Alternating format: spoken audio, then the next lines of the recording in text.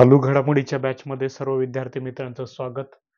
अ, आपण काही आज नियुक्त्या बघणार आहोत. चालू घडामोडीच्या ज्यांना बॅचला ॲडमिशन घ्यायचं आहे, तर त्यांनी कृपया काय करायचं की मी जो डिस्क्रिप्शन बॉक्समध्ये नंबर दिला त्याच्यावरती WhatsApp मेसेज करायचा आहे आणि मग तुम्हाला बॅचला ॲडमिशन घ्यायचं आहे. चालू घडामोडी ह्या दररोजच निर्माण होतात. खूप ढीगभर घडामोडी असतात. दररोज वर्तमानपत्र लोकसत्ताला वाचायलाच 2 तास लागतात. मग बऱ्याच विद्यार्थ्याची अडचण असते, काय वाचावं, काय सोडावं. तर त्यामध्ये ह्या ज्या घडामोडीच्या बॅचमध्ये तर हे सगळ्या गोष्टी सांगितल्या जाणार आहेत. शॉर्ट नोट्स वगैरे तुम्हाला प्रोव्हाईड केल्या जाणार आहेत आणि खूप डिजिटल बोर्डावरती लेक्चर असणार आहेत आणि सगळे महत्त्वाचेच असणार आहे, ज्यामधून परीक्षेला प्रश्न निर्माण होऊ शकतो, परीक्षेला प्रश्न येऊ शकतो. अशाच गोष्टी या बॅचमध्ये आहेत. तर आपल्यासमोर दिसत आहेत लोकपाल. तर लोकपाल आणि आपण फक्त फॅक्टवर भर देणार नाहीत, तर फॅक्ट सोबतच तुम्हाला कन्सेप्ट पण क्लिअर करायचे आहेत. तर कन्सेप्च्युअल नुसत्या फॅक्ट करून उपयोग नाही, तर प्रत्येक फॅक्टच्या सोबत काही कन्सेप्ट पण लपलेले असतात. तर मग त्या कन्सेप्टवरती आपल्याला या बॅचमध्ये शिकायचं आहे आणि त्याच्यामुळं काय होतं की कोअर सब्जेक्ट जो आहे, समजा आता राज्यघटनेतला लोकपाल ही कन्सेप्ट राज्यघटनेतली आहे. लोकपाल म्हणजे काय? ह्या प्रश्नाचं उत्तर पण तुम्हाला मिळतं. थोडक्यातच काय तर तुमच्या कन्सेप्ट पण क्लिअर होणार आहे. तर लोकपाल याविषयी बघायचं आपल्याला आज. तर दुसरे लोकपाल सध्या त्यांची नियुक्ती झालेली आहे. तर तुम्हाला विचारतील दुसरे लोकपाल कोण नियुक्त झालेले आहेत? तर अजय माणिकराव खानविलकर, ज्यांना A.M. खानविलकर असं म्हटलं जातं, जे आपल्या समोर आहेत. A.M. खानविलकर.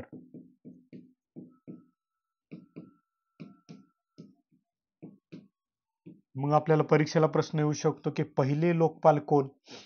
तर पहिले लोकपाल याच्याविषयी आला होता. पहिले लोकपाल कोण? मला वाटते कंबाईनच्या पूर्व परीक्षेला आलेला होता MPSCच्या. तर पहिले लोकपाल कोण आहेत? तर पिनाकी चंद्र घोष. पहिले लोकपाल कोण आहेत असं विचारतील, तर पिनाकी चंद्र घोष हे भारताचे पहिले लोकपाल आहेत. तर लोकपाल हे पद कसं आहे असाही प्रश्न आपल्याला विचारू शकतात. म्हणजे त्याचं स्वरूप कसं आहे? हे पद घटनात्मक आहे का, कायदेशीर आहे का, असेही प्रश्न आपल्याला इथे येऊ शकतात. म्हणजे तुम्हाला पर्याय कसे देतील इथे आपण चर्चा करू. तर मग आता नवीन जे नेमलेले आहेत हे खानविलकर आहेत आणि हे दुसरेच लोकपाल आहेत. तर लोकपाल नेमण्यासाठी मध्ये एक लोकपाल नेमले पिनाकी चंद्र घोष आणि 2 वर्षाचा गॅप पडला आणि बरेच दिवस झालेले आहेत. मग लोकपाल हे पद कसं आहे असं विचारतील तुम्हाला. म्हणजे लोकपाल ही बॉडी कोणत्या स्वरूपाची बॉडी आहे? पर्यायमध्ये देतील तुम्हाला घटनात्मक बॉडी आहे, घटनात्मक बॉडी आहे, त्याच्यानंतर कायदेशीर बॉडी आहे, कायदेशीर संस्था आहे, त्याच्यानंतर कायदाबाह्य आहे आणि यापैकी नाही असे पर्याय तुम्हाला देऊ शकतात. मग आपल्याला याच्यातूनच पर्यायातून उत्तर निवडायचं आहे. तर लोकपाल हे कोणत्या स्वरूपाचं पद आहे? तर घटनात्मक जर एखादी बॉडी असेल, फॉर एक्झाम्पल आता MPSC ही घटनात्मक संस्था आहे, तर तिला घटनेमध्ये कलम असतं मित्रांनो, लक्षात घ्या. तर घटनात्मक बॉडी जी आहे तर तिला कलम आहे. तर MPSC ही घटनात्मक बॉडी आहे जिचा घटनेमध्ये समावेश आहे अशी बॉडी आहे. OBC आयोग आहे. तर हा घटनात्मक अलीकडे झालेला आहे OBC आयोग. तर हा घटनात्मक झालेला आहे. MPCI, UPCI निवडणूक आयोग जो आहे तर ही घटनात्मक बॉडी आहे. तर मग लोकपाल हे आपल्या मूळ घटनेमध्ये हे पद नव्हतंच. लोकपाल ही कन्सेप्टच नव्हती. त्यामुळे हा पर्याय तर आपला कट होणार आहे. त्याच्यानंतर कायदेशीर आहे का कायदाबाह्य, हे दोनच पर्याय उरलेले आहेत. यापैकी नाही उत्तर येणारच नाही.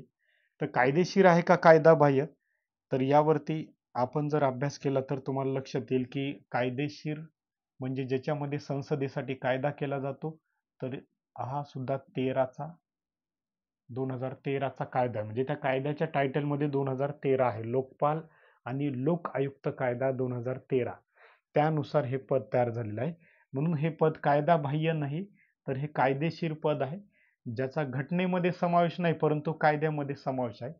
म्हणून हे जे खानविलकर सर झालेले आहेत तर हे भारताचे दुसरे लोकपाल आहेत.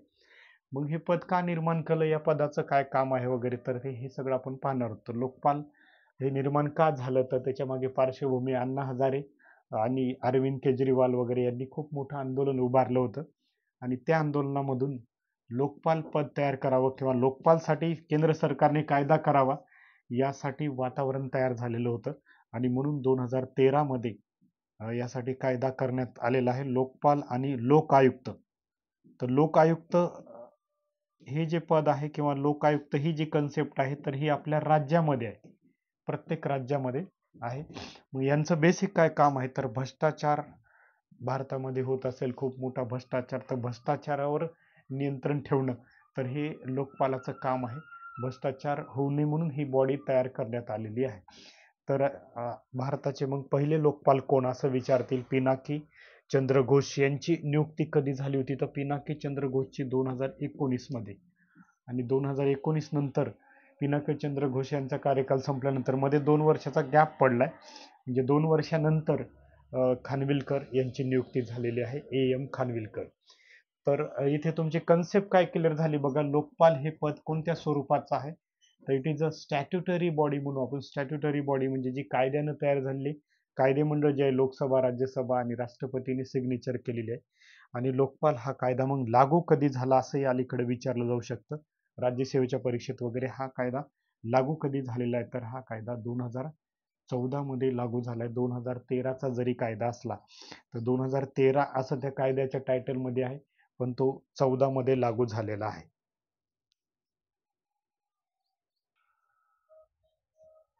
त्यानंतर इतर काही गोष्टी ज्या आहेत तर लोकपाल अध्यक्षाविषयी, तर त्यांच्याविषयी बघायचं. यांना लोकपाल अध्यक्ष म्हणून यांची नियुक्ती होते. तर ही नियुक्ती मग किती वर्षासाठी होते वगैरे त्याविषयी आपल्याला प्रश्न विचारू शकतात. तर ते बघा, यांची बॉडी कितीची असते तर 1+8 म्हणजे एक अध्यक्ष आणि 8 सदस्य असतात. तर लोकपालची ही जी बॉडी असते तर त्याच्यामध्ये 1+8 म्हणजे टोटल 9 लोक असतात. 5 वर्षासाठी नियुक्ती होते. 5 वर्षासाठी या पदावरती नियुक्ती होते. तर 2019 मध्येच पिनाकी चंद्र घोष यांची झाली होती, पण त्यांच्या कार्यकालानंतर परत त्या ठिकाणी दुसरे लोकपाल अध्यक्ष नेमण्यात आलेच नव्हते. मग दुसरे लोकपाल अध्यक्ष न्याय एम एन खानविलकर, एम नाही. तर हे यांची नियुक्ती झालेली आहे खानविलकरांची. तर हे दुसरे आहेत भारताचे. पिनाकी चंद्र घोष हे पहिले होते. आणि बॉडी कितीची आहे तर हे लक्षात ठेवायचं की 1+8 आहे, 5 वर्ष आहे. कितव्या वर्षी रिटायर होतात तर 70 वर्ष किंवा 5 वर्ष. एखादा सदस्य लवकर आला तर 5 वर्ष, जो कार्यकाल आधी घडेल त्याच्यानुसार ते रिटायर होतात. तर 27 मे 2022 ला पिनाकी चंद्र घोष यांचा कार्यकाल संपला आणि त्याच्यानंतर 23-24 असा गॅपच पडलेला आहे. आता या लोकपालचं काय महत्वाचं काम आहे तर सार्वजनिक अधिकाऱ्यामधील भ्रष्टाचाराची चौकशी करणं, तर हे सगळ्यात महत्वाचं आहे. फॉर एक्झाम्पल म्हणजे करप्शनच्या बाबतीमध्ये त्यांचं काम आहे. त्याच्यानंतर पहिल्यांदा लोकपाल कोणत्या देशामध्ये लागू झाला वगैरे अशा काही फॅक्ट पण येऊ शकतात. तर 1809 मध्ये पहिल्यांदा स्वीडन नावाचा जो देश आहे तर इथे हा लोकपाल नावाचा कायदा जो आहे तर तो लागू झाला. भारतामध्ये या कायद्यावरती राष्ट्रपतींनी सही कधी केली तर 1 जानेवारी 2014 ला. आणि भारतात कधी लागू झाला असं जर विचारलं तर मग 13 लिहायचं नाही, 16 जानेवारी 2014. ढोबळ मानाने तुम्हाला विचारलं की लोकपाल कायदा कधीचा आहे तर तेव्हा तुम्ही 2013 लिहिलं तर चालतं. ढोबळ मनानं विचारलं तर ढोबळच उत्तर सांगायचं, आणि जर तुम्हाला फॅक्च्युअल विचारलं तर फॅक्च्युअलच सांगायचं आहे. तर अजय माणिकराव खानविलकर हे जे आहे तर न्यायमूर्ती अजय माणिकराव खानविलकर, तर यांची नियुक्ती झालेली आहे. अजय माणिकराव खानविलकर, एम खानविलकर. तर या ठिकाणी चुकलेलं होतं, तर यांचं नाव असं लक्षात ठेवा, एम खानविलकर. हे दुसरे लोकपाल झालेले आहेत. लोकपाल ही एक कायदेशीर बॉडी आहे, कन्सेप्ट लक्षात ठेवा. ही बॉडी घटनात्मक नाही, घटनेमध्ये याच्याबद्दल कुठेच उल्लेख नाही, घटनेमध्ये कलम नाही. जशा इतर बाबी ज्या असतात ज्या घटनात्मक असतात, उदाहरणार्थ राष्ट्रपती पद घटनात्मक आहे, एमपीसी घटनात्मक, यूपीसी ही बॉडी घटनात्मक आहे आणि याचा घटनेमध्ये कुठेच उल्लेख नाही. परंतु यासाठी कायदा केलेला आहे म्हणून it is a statutory body. ही कायदेशीर संस्था आहे, कायदेशीर अध्यक्ष आहे ते. तर तरीही त्याच्यामध्ये गॅप पडलेला आहे.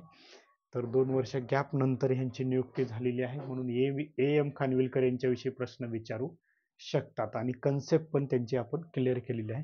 तर 1.8 जे सदस्य आहेत, तर याच्यामध्ये सदस्य जे आहेत, तर याचं जे स्वीडनमध्ये जे नाव होतं बघा 1809ला, अंबुड्समन नावाचं नाव आहे, अंबुड्समन.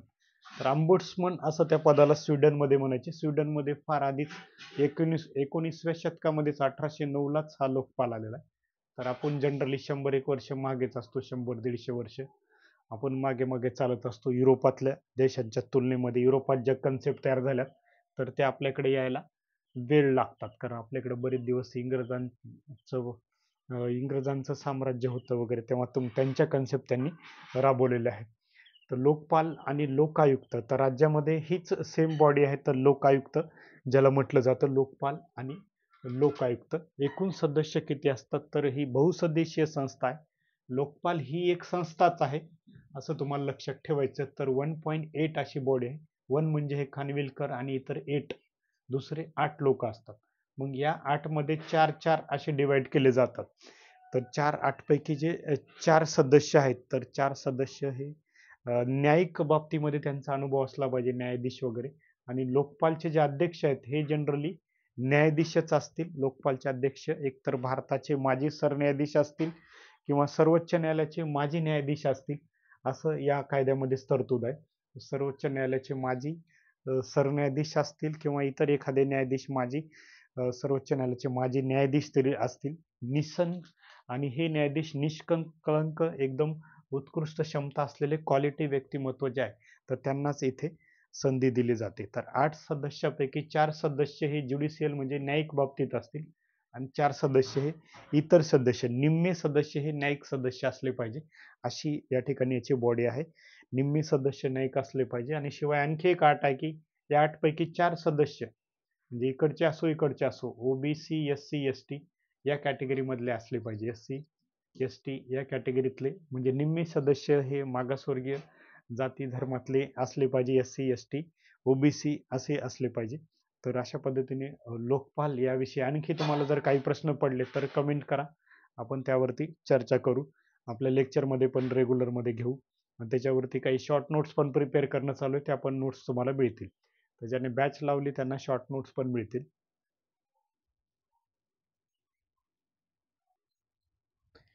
नियुक्त्यामध्ये दुसरी महत्वाची नियुक्ती आहे मित्रांनो, की सुधा मूर्ती यांची. आपल्या समोर सुधा मूर्ती दिसत आहेत. सुधा मूर्ती यांचा जवळपास तुम्हाला परिचय असणारच आहे. नसेल तर आपल्याला इथे परिचय करून घ्यायचा आहे. तर सुधा मूर्ती यांची नियुक्ती कुठे झालेली आहे, तर राज्यसभेच्या खासदार म्हणून.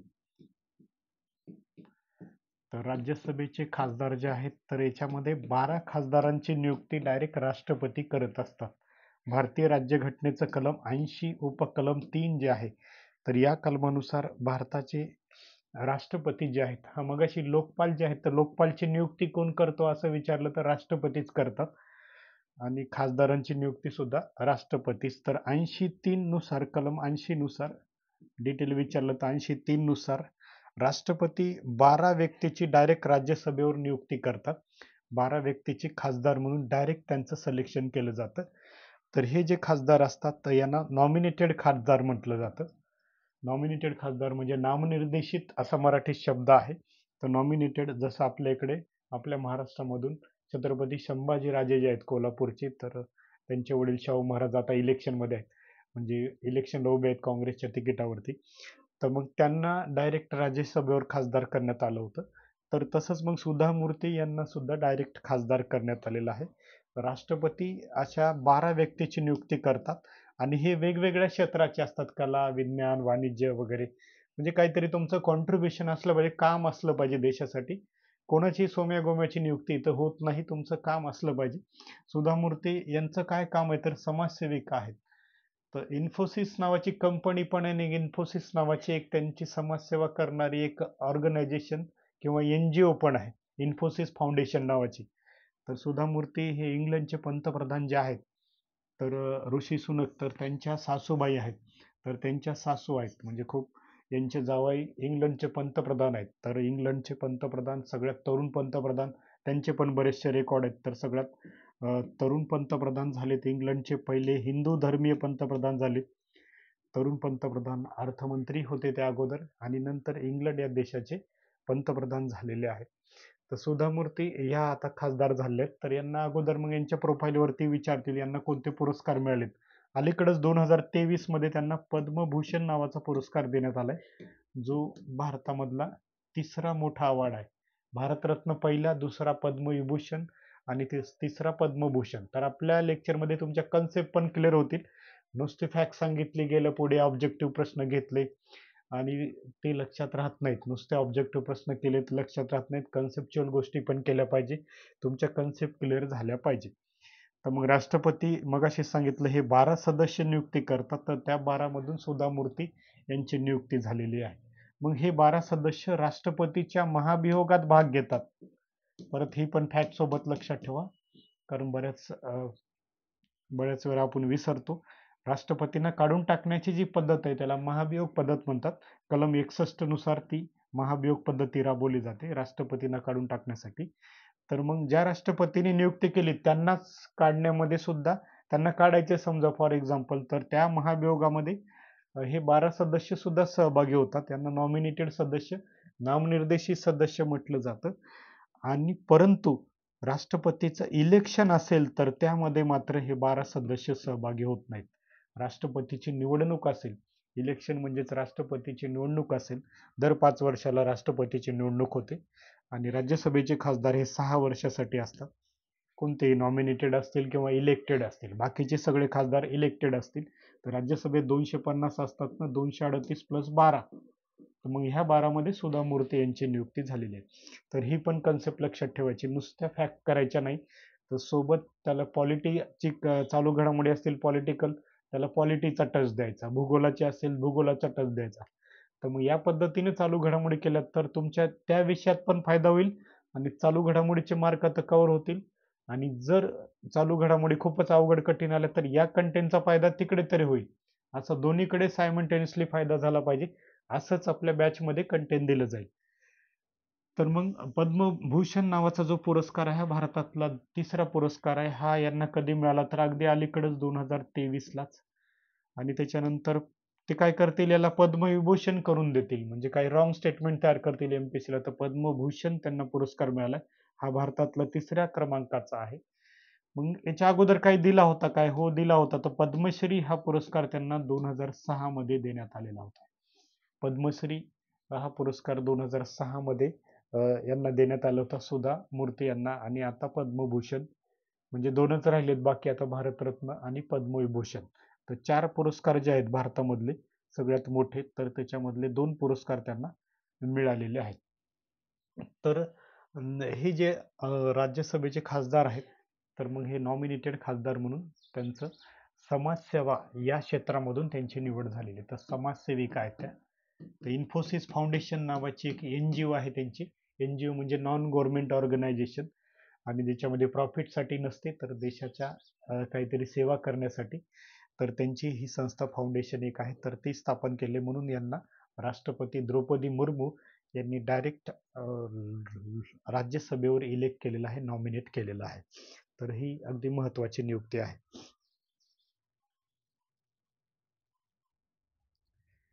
त्यानंतरची नियुक्ती आपण बघणार आहोत ते किशोर मकवाना नावाचं व्यक्तिमत्व. तर यांची नियुक्ती कुठे झालेली आहे, तर शेड्यूल कास्ट साठीचा जो आयोग असतो बघा या ठिकाणी, त्याच वेबसाईटवर आपण गेलोय. राष्ट्रीय अनुसूचित जाती आयोग, म्हणजेच national commission for schedule caste, SC caste साठी आहे.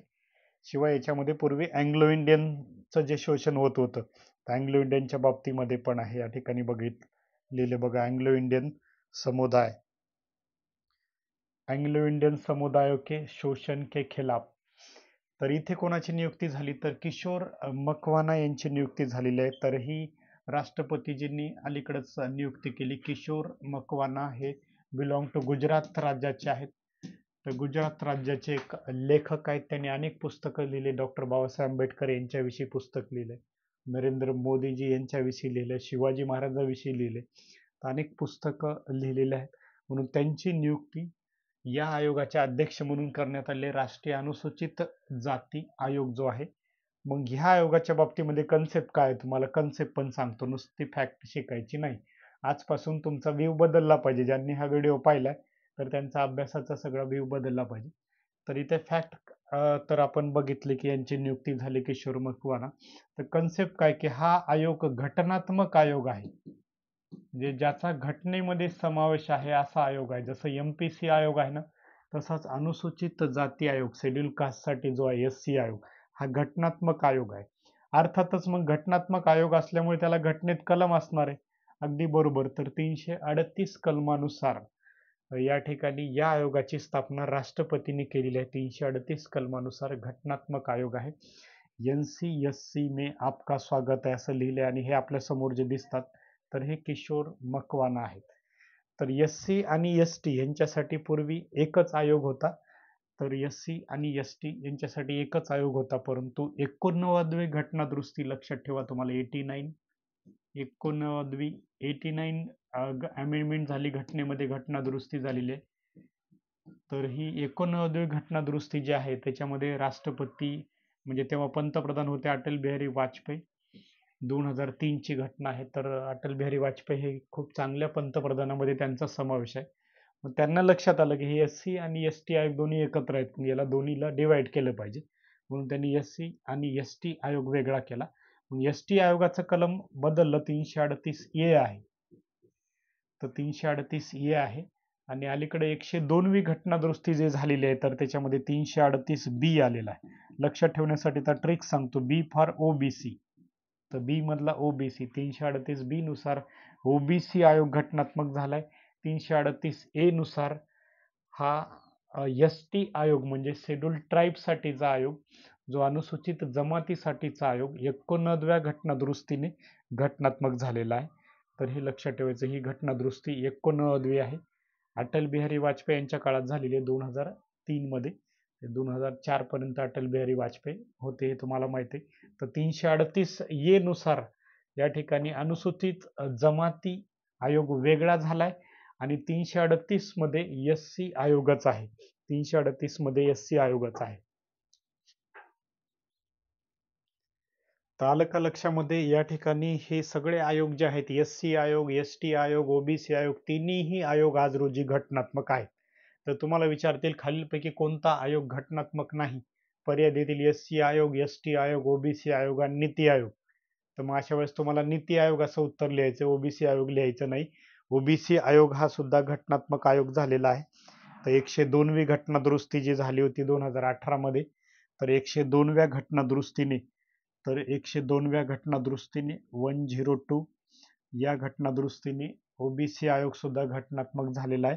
त्याला NCBC असं म्हटलं जातं, म्हणून याच्यातला बी घ्यायचा आणि 338B असं लिहायचं. तर 338B म्हटल्यानंतर ट्रिक्स मध्ये OBC मधला बी NCBC national commission for backward classes.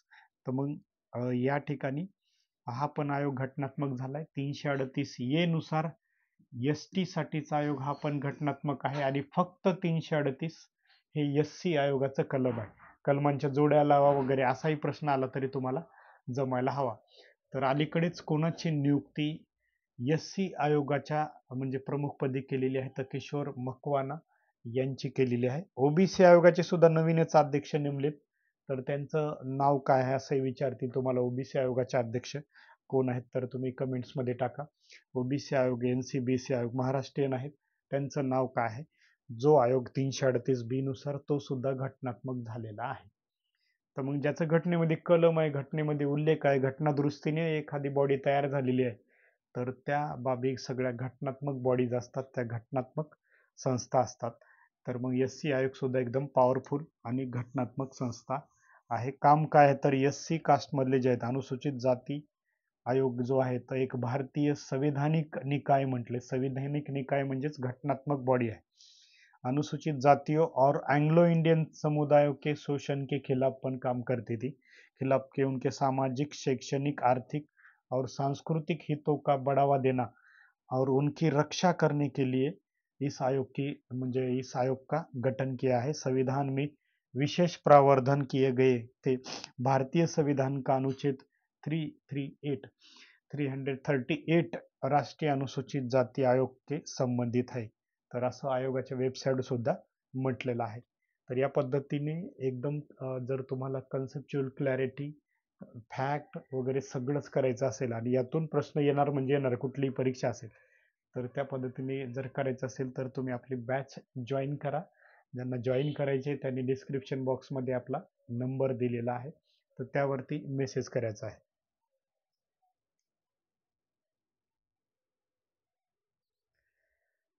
दुसरी नियुक्ती त्याच्यानंतरची आहे तर 2 व्यक्तीची नियुक्ती इलेक्शन कमिशनमध्ये. तर त्याबद्दल आपण चर्चा करतोय. तर इलेक्शन कमिशनमध्ये 3 सध्या या ठिकाणी प्रमुख असतात. निवडणूक आयुक्त ज्याला म्हटलं जातं. तर नवे 2 आयुक्त नेमण्यात आलेले आहेत. तर हे म्हणजे सुखबीर सिंग संधू. तर दोघांची नव्यानं नियुक्ती झाली. सुखबीर सिंग संधू आणि दुसरे आहेत ज्ञानेश कुमार. कारण मध्येच काय झालं की अरुण गोयल यांनी राजीनामा दिला होता. अरुण गोयल यांनी राजीनामा दिल्यानंतर हे एकटेच उरले होते मुख्य निवडणूक आयुक्त. मुख्य निवडणूक आयुक्त कोण आहेत तर कमेंटमध्ये टाका तुम्ही. तर हे एकटेच उरले होते. तर निवडणूक आयोग सुद्धा मगाशी चर्चा केला, SC आयोग, ST आयोग, OBC आयोग. तर हे जसे घटनात्मक आयोग आहेत ज्याच्यामध्ये घटनेमध्ये तरतूद आहे, घटनेमध्ये कलम आहे.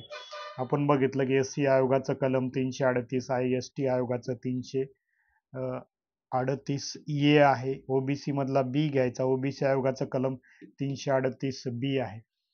जसं घटनेमध्ये कलम आहे तसं निवडणूक आयोगाचं कलम पण 324 आहे. तर 324 नुसार निवडणूक आयोगाची स्थापना झालेली आहे. कधी झाली असं तारीख पण विचारू शकतात. फॅक्ट पण आपल्याला बघायच्यात. तर 25 जानेवारी 1950 ला निवडणूक आयोगाची स्थापना झालेली आहे. आणि निवडणूक आयोगामध्ये सुरुवातीला एकच मुख्य निवडणूक आयुक्त होते, पण सध्या मात्र एकूण 3 निवडणूक आयुक्त आहेत. तर 3 निवडणूक आयुक्त, एक मुख्य आणि त्यांना मदत करण्यासाठी 2 आहेत. मग ह्यांची नियुक्ती कोणत्या कायद्यानुसार झालेली आहे तर यांच्या निवडीसाठी एक आता कायदा आलेला आहे. मुख्य निवडणूक आयुक्त व इतर निवडणूक आयुक्त यांच्या नेमणुकीसाठी एक कायदा आता आलाय, 2023 चा कायदा आहे. तर 2023च्या कायद्यानुसार पहिल्यांदाच या दोघांची नियुक्ती झालेली आहे. तर ज्ञानेश कुमार आणि सुखबीर सिंग संधू या दोघांची पहिल्यांदाच 2023च्या कायद्यानुसार नियुक्ती झाली. तर हे लक्षात ठेवायचं. कायदा काय आहे तर मुख्य निवडणूक आयुक्त व इतर निवडणूक आयुक्त कायदा 2023.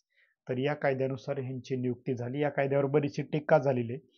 तर ह्या कायद्यामध्ये जी सर्च कमिटी आहे म्हणजे सिलेक्शन कमिटी आहे यांचं सिलेक्शन करणारी, तर त्याच्यामध्ये PM आहेत, पंतप्रधान आहेत, म्हणून बरेचदा टीका करण्यात आली आहे.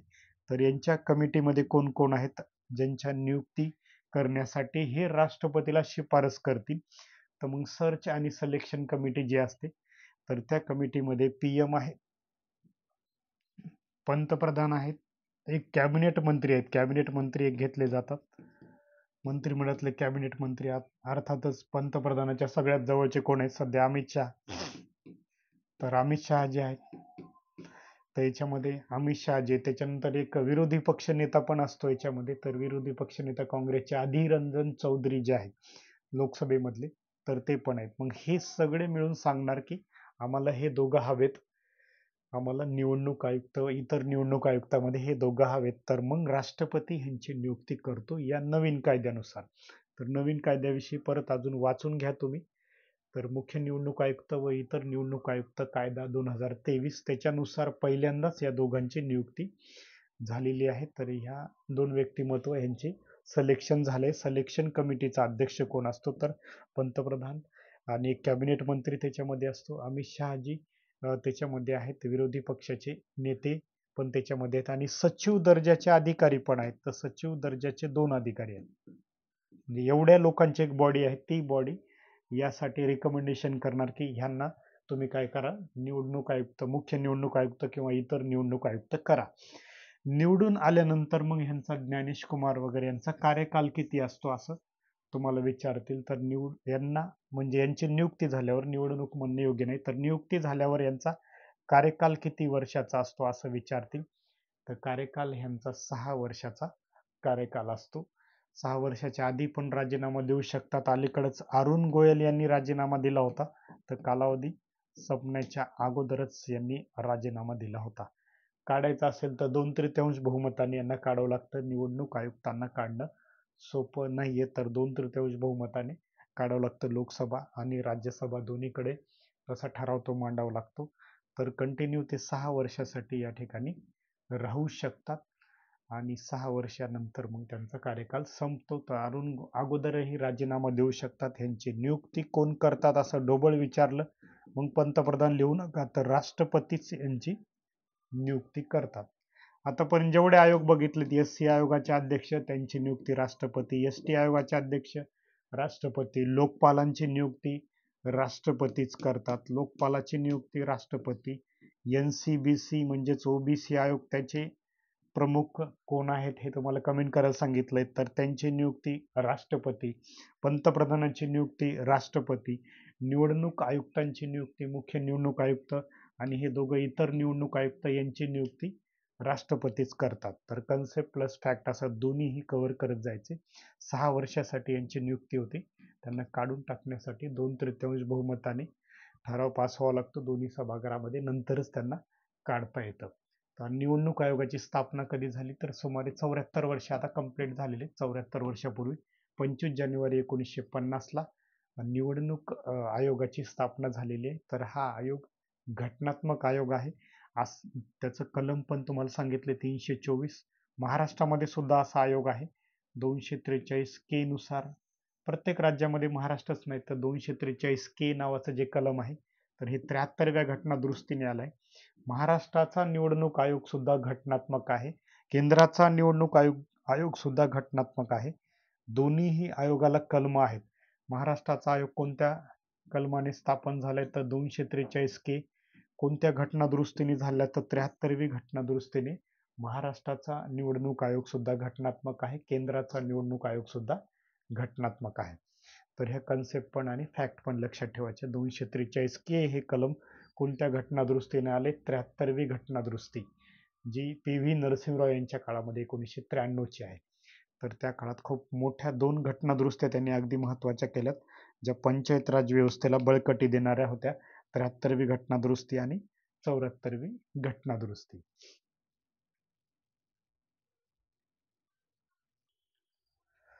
आंतरराष्ट्रीय नियुक्त्यामध्ये एक महत्त्वाची नियुक्ती आपल्याला या ठिकाणी बघायची.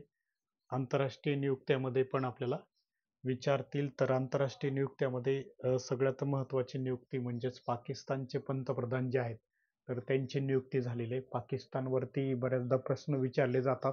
आपलं शेजारी राष्ट्र असल्यामुळे त्यावरती प्रश्न विचारतात. तर पाकिस्तानचे पंतप्रधान सध्या कोण आहेत असाही प्रश्न तुम्हाला विचारू शकतात. मागे आसमा जहांगीर यांच्यावरती, ज्या मानवतावादी कार्यकर्त्या होत्या, तर त्यांच्याविषयी प्रश्न 2 वेळा विचारला होता. इथे पण विचारू शकतात. तर पाकिस्तानचे सध्या पंतप्रधान कोणते, तर शहबाज शरीफ हे पाकिस्तानचे सध्या पंतप्रधान म्हणून यांची निवड झालेली आहे. तिकडे पण इलेक्शन झाल्यात आणि आघाडी सरकार होतं. आपल्यासारखंच यांचं पण आघाडी सरकार होतं. तर 2 पक्षांचं या ठिकाणी 2 ते 3 पक्ष ते एकत्र आलेत. PMLN आणि PPP नावाचा पक्ष आहे. पाकिस्तान मुस्लिम लीग, N फॉर नवाज. तर नवाज शरीफ यांचा जो पक्ष आहे म्हणून N त्याच्यामध्ये आहे. PMLN आणि PPP, तर ह्या दोघांनी युती केलेली आहे आणि दोघांनी मिळून या ठिकाणी 201 जागा जिंकलेल्या आहेत. तर पाकिस्तानची जी असेंब्ली आहे, नॅशनल असेंब्ली ज्याला म्हटलं जातं, संसद, तर त्यांची लोकसभा म्हणू आपण, तर 336 ची आहे. 336 पैकी 201 जागा यांनी जिंकलेल्या आहेत. तर सरकार स्थापन करण्यासाठी 169 जागाची इथे गरज असते बहुमताची, तर ते बहुमत त्यांनी क्रॉस केलेलं आहे. शहबाज शरीफ हे पाकिस्तानचे दुसऱ्यांदा पंतप्रधान झालेत. अगोदर नवाज शरीफ यांचं सरकार गेल्यावरती यांनी काळजीवाहू पंतप्रधान म्हणूनही काही दिवस म्हणजे तोपर्यंत काम केलंय. नवाज शरीफ यांचे हे धाकटे बंधू आहेत. शहबाज शरीफ कोण आहेत, तर नवाज शरीफ यांचेच भाऊ आहेत, धाकटे बंधू आहेत. तर त्यांच्यानंतर यांची नियुक्ती पंतप्रधान म्हणून झालेली आहे. इलेक्शनमध्ये बराचसा पाकिस्तानमध्ये गोंधळ झाला, पण शेवटी यांना, शहबाज शरीफ यांना पंतप्रधान करून टाकण्यात आलेला आहे. तर 201 जागा त्यांच्या पक्षाने जिंकलेत. ह्यांचा स्वतःचा पक्ष कोणता आहे असं विचारलं तर PMLN, पाकिस्तान मुस्लिम लीग, नवाज शरीफ यांचा गट म्हणजे N असं कंसामध्ये दिले. जसं आपल्याकडे इंदिरा काँग्रेस असं म्हणायचे इंदिरा गांधीच्या काळामध्ये, काँग्रेस आय असं म्हटलं जातं. राष्ट्रवादी काँग्रेस, तृणमूल काँग्रेस, काँग्रेसमधूनच नवीन नवीन पक्ष तयार झाले. तर जो ग्रुप असतो RPIचा आठवले गट आहे, गवई गट आहे, तर तसा मग यांचा एन नावाचा ग्रुप आहे. तर तो यांचा पक्ष आहे शहबाज शरीफ यांचा. तर हे पण लक्षात ठेवायचे पाकिस्तानच्या नियुक्त्यामध्ये, म्हणजे नवीन नवीन ज्या नियुक्त्या आपल्या झाल्यात अलीकडे, तर त्या सगळ्या नियुक्त्या आपण पाहतो या लेक्चरमध्ये.